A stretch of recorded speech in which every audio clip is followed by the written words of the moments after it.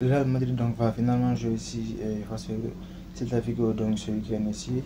Et voilà, pour le match donc content pour la Liga. Après donc le récent match face au RB Leipzig, ils ont réussi à se qualifier donc pour pour les quarts de finale de la Ligue des Champions. Sur un score, grâce à un score un but partout, on sait que ça va réussi donc à gagner le match aller donc face au RB Leipzig, un but à 0. Donc c'est grâce à ce but d'avance là ils ont réussi donc à se qualifier. Donc ils ont eu voilà lors de ce match là on a vu donc Real Madrid qui était un peu préoccupant surtout en première période. Donc face au match donc qui se faufile ici donc face au Celta Vigo. Et voilà ce sera vraiment intéressant à voir s'ils vont jouer dans le même dispositif qu'ils ont joué donc lors du match face au RB Leipzig.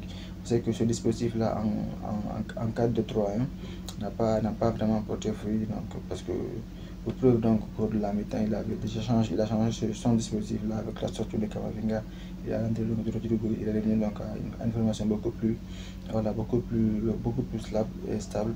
Donc la formation à laquelle il a l'habitude donc de jouer. Donc face au Celta Vigo ici, on sait que le Celta c'est une bonne équipe, c'est une équipe qui pose pas mal de problèmes ici aux grosses équipes ici de la Liga.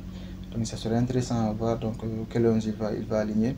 Donc moi je pense plutôt qu'il va opter donc pour le dispositif qu'il a utilisé donc depuis le début de la saison, le 4-4-2 Losange avec 4 milieux de terrain et avec donc Vinicius et Rodrigo ici comme attaquant. Vu que Bellingham il est actuellement suspendu, il pourrait potentiellement être remplacé ici par Bryan Gil qui lui est disponible. Donc au milieu de terrain on peut avoir ici on aura Tchouaméni, Toni Kroos, Valverde qui peuvent vraiment tenir le milieu de terrain et poser des problèmes à l'équipe adverse.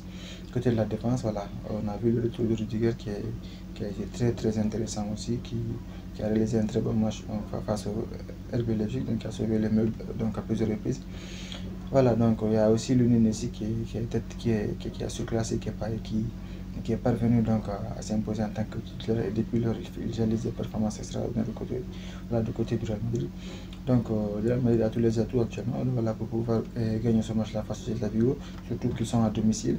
Ils sont à domicile donc ils ont l'apport de leurs supporters. Donc voilà, en temps normal ils devraient donc remporter ce match là pour pouvoir donc consolider un peu leur avance et en tête de la Liga et aller prendre quelques points sur Girona et FC Barcelone qui sont un peu plus donc, un peu plus en difficulté dans ces derniers temps-là.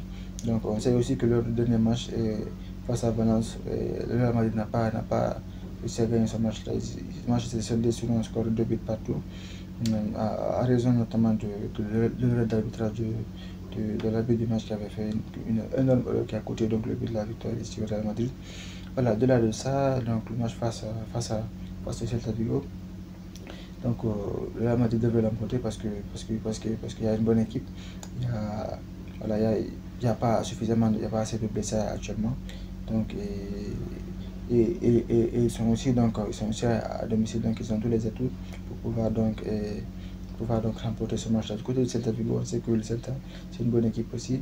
C'est une équipe qui est joueuse aussi, qui a quelques attaquants aussi de qualité, même si c'est pas une top équipe ici qui finit dans le 4e ou 5e de la Liga, mais cependant, à chaque saison ils sont là, ils sont présents, ils répondent présents, ils parviennent à faire des matchs de référence face au Real Madrid ou soit face au Barcelone, l'Atlético de Madrid, ils parviennent à faire des résultats. À faire des résultats, donc ils finissent toujours donc, soit au milieu de tableau ou un peu plus en haut, mais c'est une équipe qui est assez relativement stable et relativement fiable aussi, qui peut poser des problèmes à n'importe quelle équipe de la Liga.